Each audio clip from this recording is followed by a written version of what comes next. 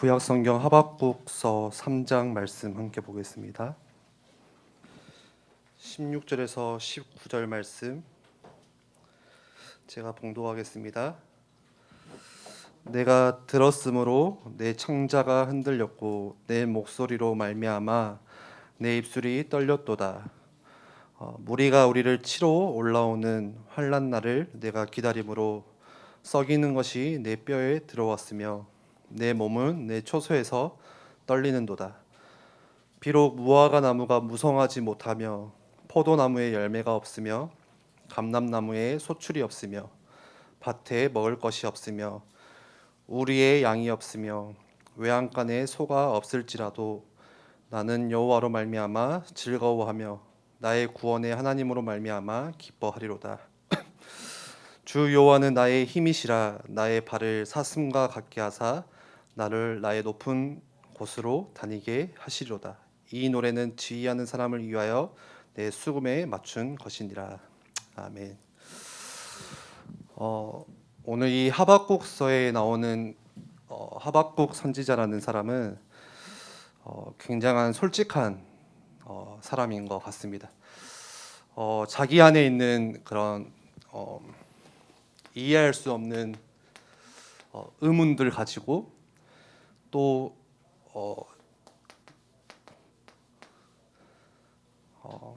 여러 가지 질문들을 가지고 하나님께 따지듯이 그 의문점과 질문을 가지고 갑니다. 그게 이제 하박국 선지자의 오늘 말씀이죠. 이 당시에 유다 배경으로 할 것 같으면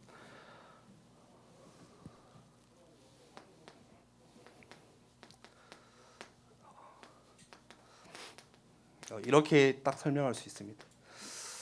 굉장히 도덕적으로 뿐만이 아니라 또 영적으로 타락한 시대. 찾아보니까요, 그런 일을 계속했더라고요. 산당에서는 하나님을 숭배하는 것이 하나님을 섬기는 것이 아니라 바알 신을 섬기고, 또 그 솔로몬 때 이제 그 결혼 동맹을 맺었잖아요. 그래서 이방 여자들이 유입 들어올 때, 그 이스라엘로 들어올 때 같이 가지고 들어왔던 우상들, 유입되어 들어온 우상이 몰렉이라는 우상이 있었거든요.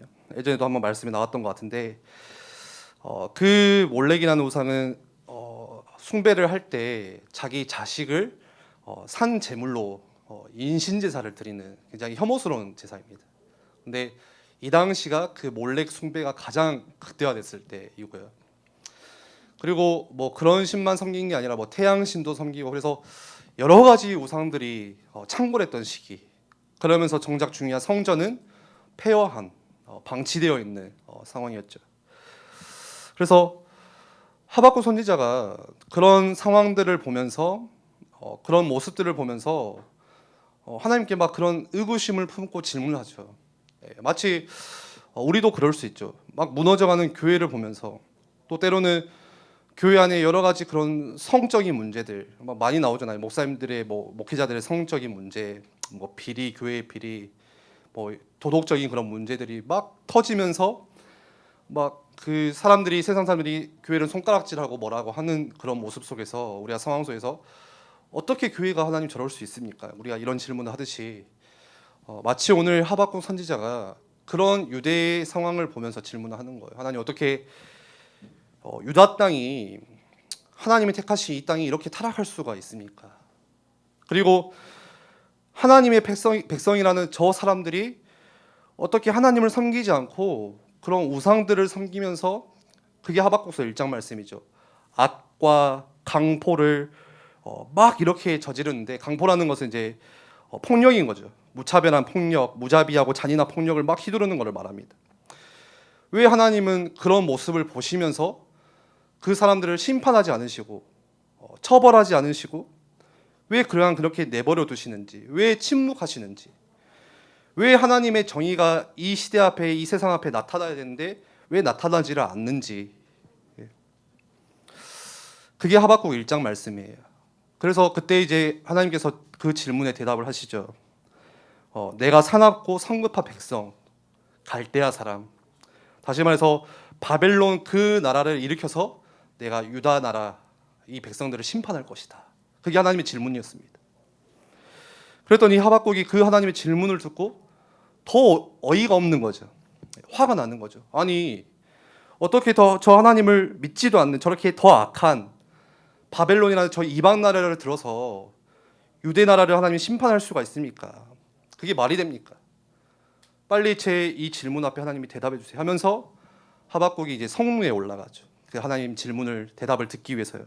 그게 이제 하박국 2장에 나오는 말씀입니다. 그래서 하박국 1장, 2장 말씀은 계속 이제 하박국이 질문을 하고 하나님이 그에 대해서 대답을 해주시는 그 장면이 계속 나오고 있죠. 2장에 걸쳐서.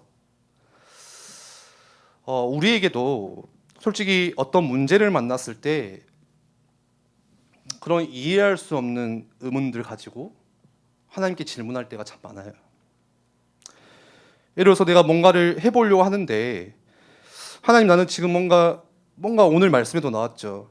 막 결단을 해보고 다시 마음을 잡아보고 뭔가 하나님을 위해서 내가 제대로 뭔가를 해보려고 하고 싶은데 왜 나는 하나님이 경제적으로 이렇게 힘듭니까?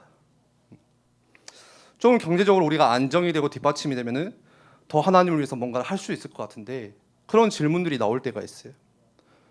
왜 저 사람은 나보다 믿음이 덜한 것 같은데 뭔가 나보다 신앙생활을 이렇게 뭐 잘 못하는 것 같은데 뭔가 더 하나님께 응답받고 잘 사는 것 같고 심지어 하나님을 믿지도 않는 저 불신자들 저 다른 종교를 가진 저 사람들은 왜 그렇게 잘 살고 잘 되어지는지 특히나 우리가 직장 가면 거의 여러분들 주변에 같이 직장 생활하는 우리 동료들 보면은 물론 기독교 신자들도 있겠지만 하나님을 믿지 않는 분들도 꽤 많이 있죠. 여러분들 친구 중에서도. 예. 저는 이제 뭐 교회에서 계속 뭐 커오고 뭐 대학교도 신학교를 가다 보니까 이제 점점 제 인간관계가 좁아지더라고요. 그래서 예전에 알고 지내던 이제 친구들이 몇 명 이제 없는데 고등학교 때 제 와이프나 이야기를 들어보면은 그런 친구들을 만날 때마다 항상 그런 생각을 하는 모습을 제가 가끔씩 봐요. 예. 저 친구들은 뭔가 더 잘 사는 것 같고 우리 집은 예를 들어서 뭐 우리 집은 뭐 이제 뭐 단칸방인데 저 친구들은 막 몇 평에서 사는 것 같고 뭐 남편이 사업을 더 잘한다고 하고 예. 자꾸 그런 기준에 우리가 바라보게 되고 그런 이해할 수 없는 왜 저러지? 하나님 백성에게 복을 주셔야 하는데 왜 이럴까라는 질문들을 하게 될 때가 있습니다. 우리가 가정에 대해서도 똑같이 이런 질문들을 할 수가 있어요. 이해할 수 없는 상황에 자꾸 원망이 올라올 때가 참 많습니다. 아니 다른 사람은 엄마하고 아빠하고 그 자녀들이 같이 함께 살아가는데 왜 나에게는 그런 평범한 행복마저도 내가 그리워해야 되고 부러워해야 됩니까?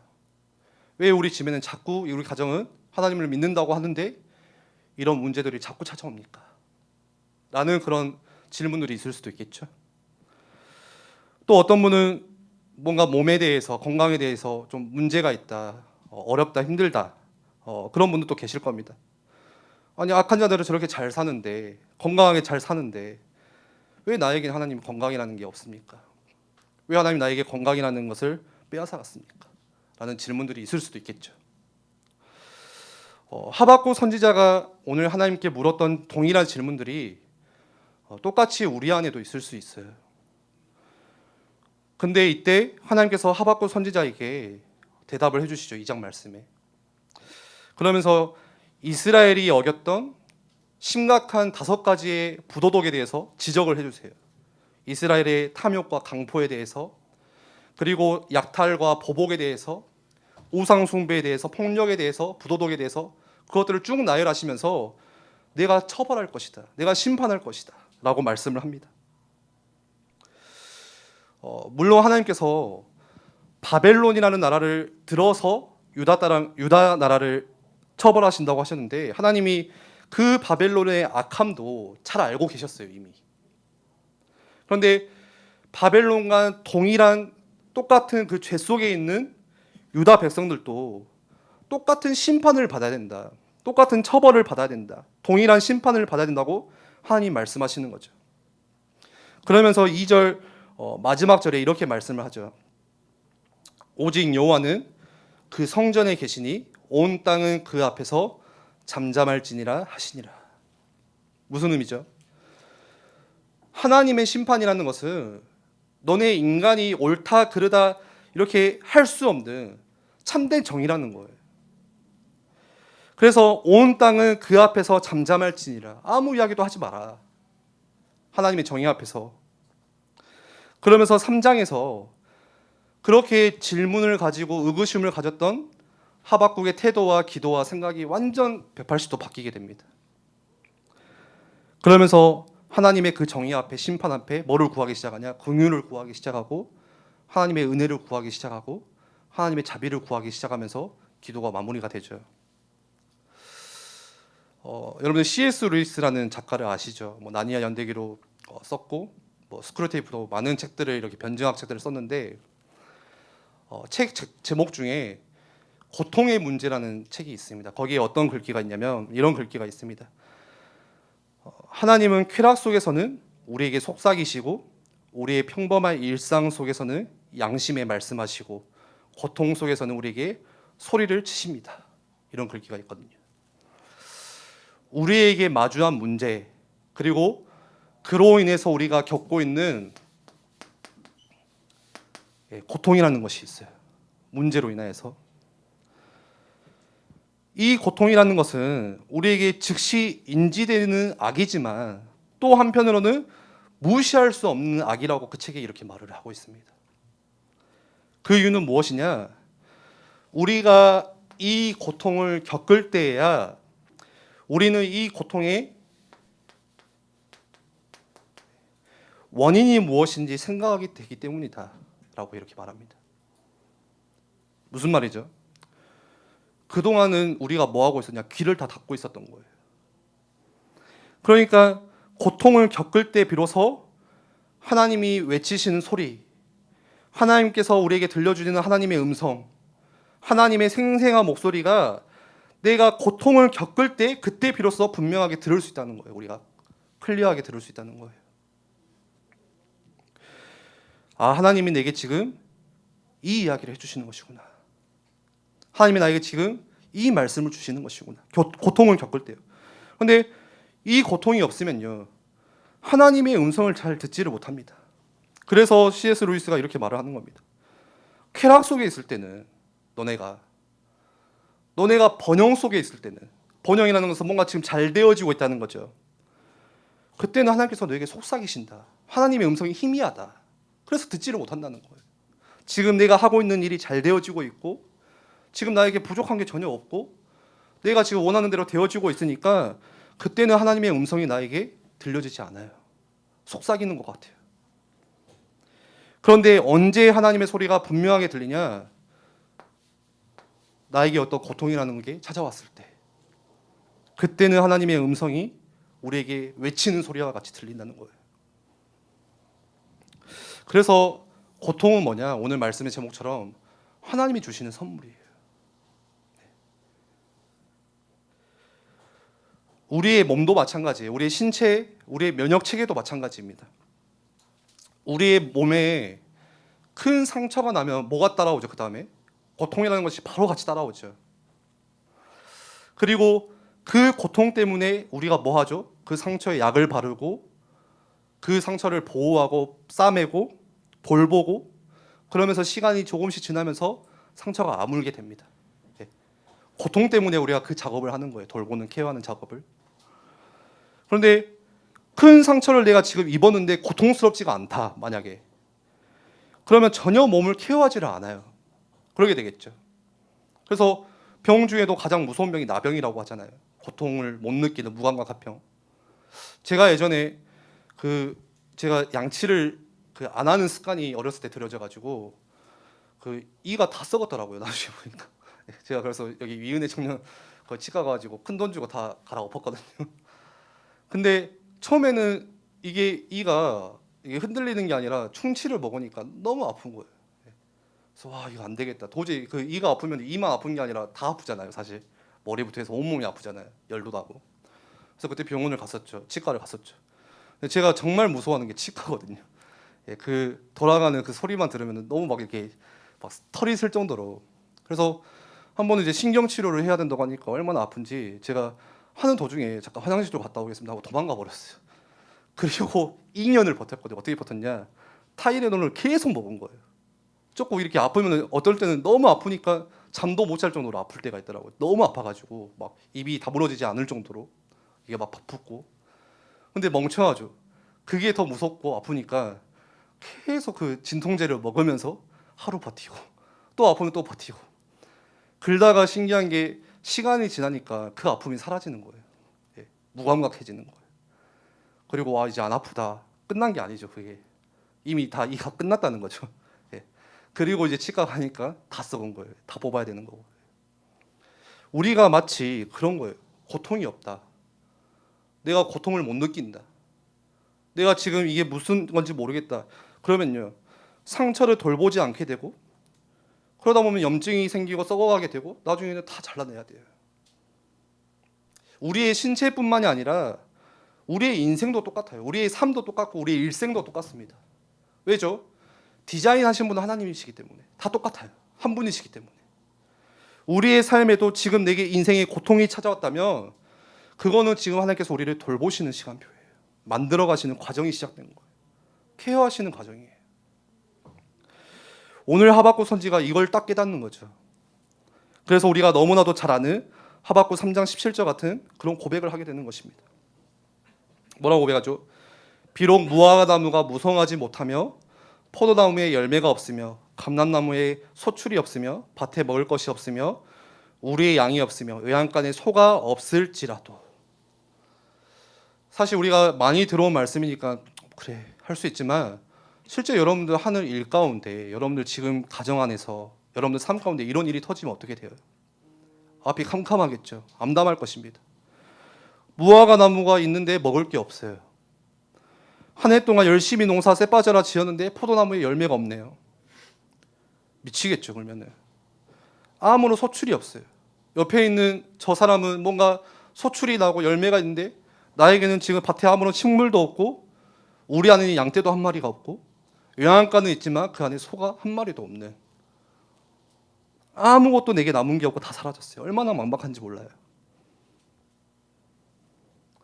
그런데 하박국 선지자는 뭐라고 이야기하죠? 이런 날이 와도 비록 상관없다. 괜찮다. 정의로우신 하나님, 그 심판의 하나님, 그 뒤에는 하나님의 긍휼이 함께 있기 때문에 하나님의 자비가 함께 있고 하나님의 은혜가 함께 들어있고 하나님의 계획이 함께 들어있기 때문에 괜찮다는 거예요. 그래서 18절에 나는 여호와로 말미암아 즐거워하며 나는 구원의 하나님으로 말미암아 기뻐하리로다. 이렇게 마무리를 합니다. 전에는 우리가 뭘 때문에 기뻤죠? 포도나무 때문에 기뻤어요. 전에는 우리가 뭐 때문에 기뻤냐? 밭에 소출이 많아서 기뻤어요. 그런데 지금은 그게 아니에요. 여호와로 인해서, 나는 하나님으로 인해서 기뻐할 수 있다. 그게 진짜 감사죠. 환경과 전혀 상관없는 감사, 상황과 상관없는 감사, 그게 진짜 살아있는 사람이고 그게 생명 가진 사람이고 그게 그리스도의 생명이 우리 안에 들어있는 그 사람입니다. 그리스도의 생명이 내 안에 들어있으면 우리가 환경 때문에 시험 들거나 우리가 환경 때문에 흔들리거나 그럴 필요가 전혀 없어요. 그리스도께서 이미 모든 것을 다 끝내셨기 때문에. 그래서 우리가 뭐가 바뀌어야 되냐? 이 고통이라는 것 속에서 우리의 감사의 기준이 바뀌어야겠습니다. 우리는 뭐 때문에 주로 감사하죠? 여러분들 이번 한 주간 뭘로 인해서 감사를 많이 고백하셨어요?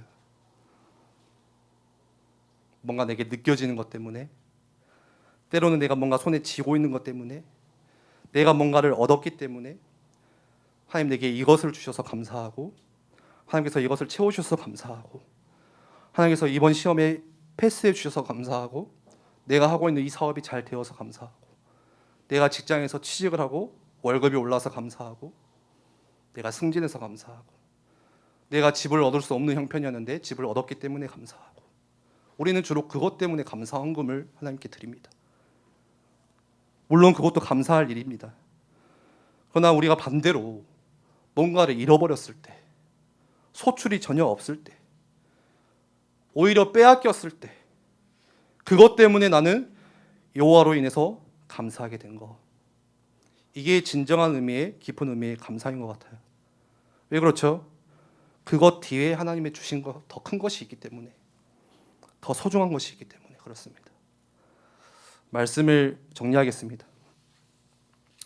지난주 강단 말씀을 듣고 한 주가 여러분들은 얼마만큼 감사의 삶들, 또 감사의 고백들, 제목들을 찾으셨습니까? 어떤 때는 도무지 내가 하루를 살아도 감사를 찾기 힘들 때가 참 많아요. 돌이켜보고 기억해보면은 감사거리가 별로 없는, 그냥 하루가 너무 나는 힘들었고 쉽지 않았고, 지금 내가 하고 있는 직장의 일, 사업이 참 어렵게 하루를 그냥 그저 그렇게 넘겨왔고, 그런 분들도 계실 수도 있습니다. 그리고 또 어떤 분은 내가 언제 직장에 취직하게 될까, 또 때로는 내가 직장에 그만뒀던 그 아픈 기억들 때문에 감사를 못할 수도 있고요.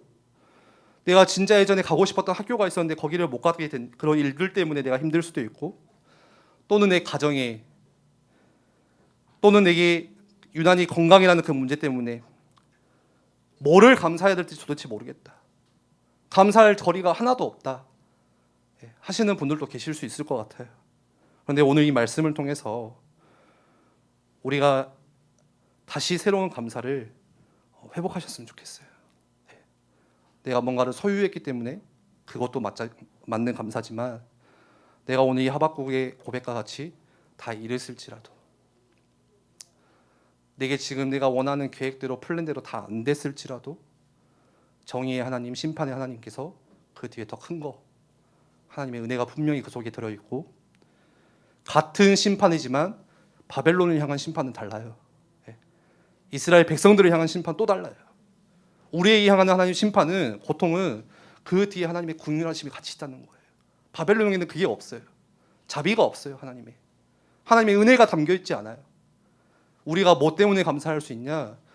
그 하나님의 고통과 심판과 정의, 그 뒤에 하나님께서 우리를 불쌍히 여기시는 긍휼하심이 있기 때문에 또 우리를 부르실 수 있는 것이고, 우리에게 은혜를 주시는 것입니다. 우리가 그것 때문에 감사할 수 있는 또 한 주가 되었으면 좋겠습니다. 우리 같이 한번 기도하겠습니다. 오늘 우리가 주님 앞에 나올 때 많은 감사의 제목을 가지고 오신 분들도 계실 것이고, 또 혹은 한 주가 전혀 감사의 제목 없이 무거운 발걸음으로 오히려 또 무거운 짐을 가지고 고통 가운데 나오신 분들도 계실 것입니다.